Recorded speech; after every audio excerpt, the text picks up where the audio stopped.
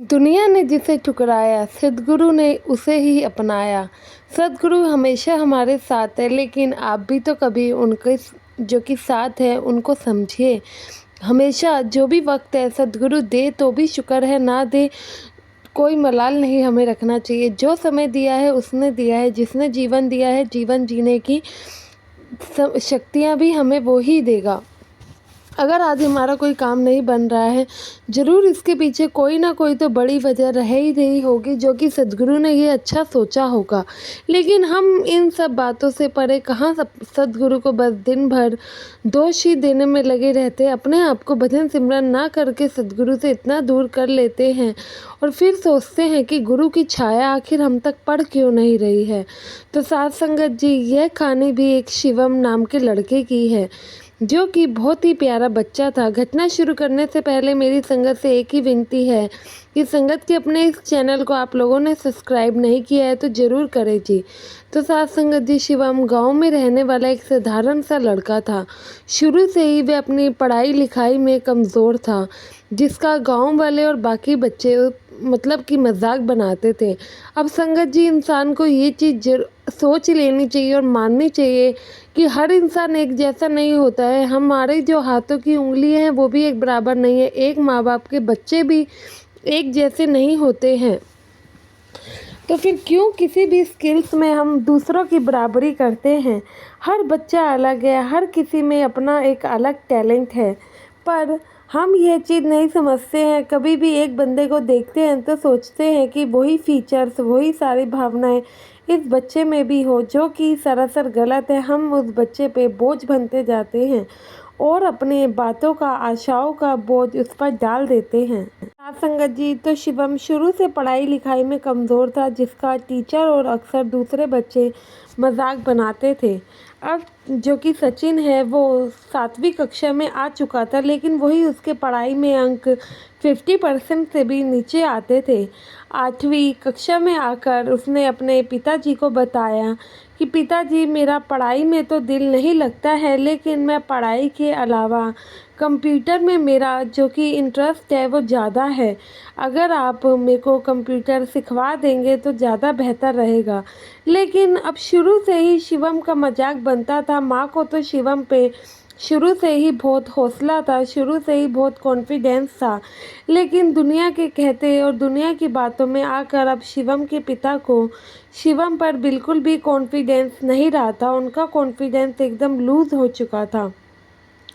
तो वो भी कह ही देते हैं कि बेटा, तुमसे नहीं हो पाएगा, लेकिन माँ हिम्मत करती है और उसको कंप्यूटर सीखने के लिए बोल ही देती है। कंप्यूटर सीखना भी कोई आसान चीज़ नहीं थी, पिता की आमदनी तो ज़्यादा नहीं थी।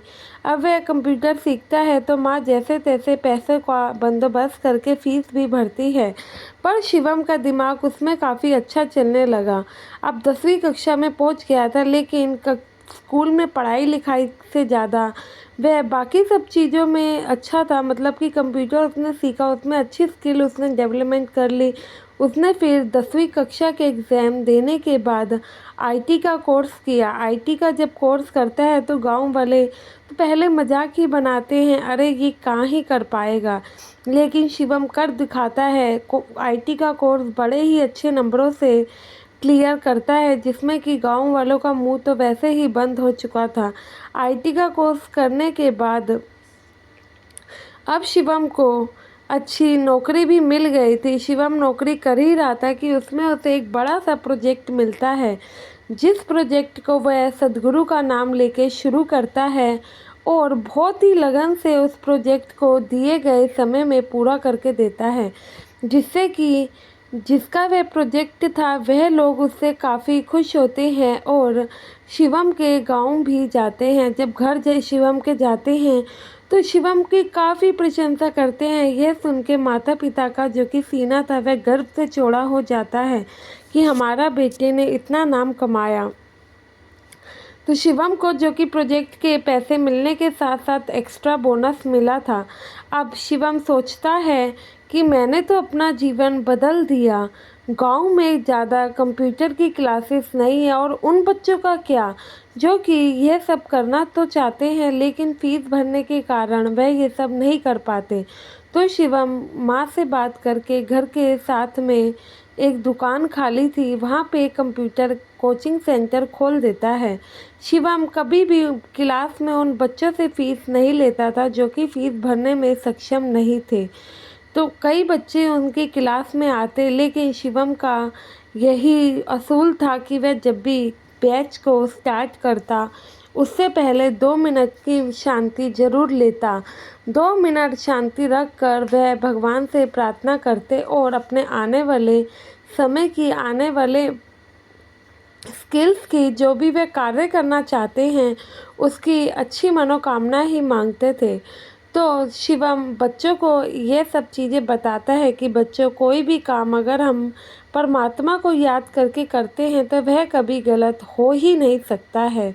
तो यही सब चीज़ें थी जो कि शिवम को बाकी लोगों से ख़ास बनाती थी। लोग कहते थे कि भाई तेरी अच्छी नौकरी है तो तुझे नौकरी पे ध्यान देना चाहिए, तू कहाँ इन बच्चों में फंस गया है।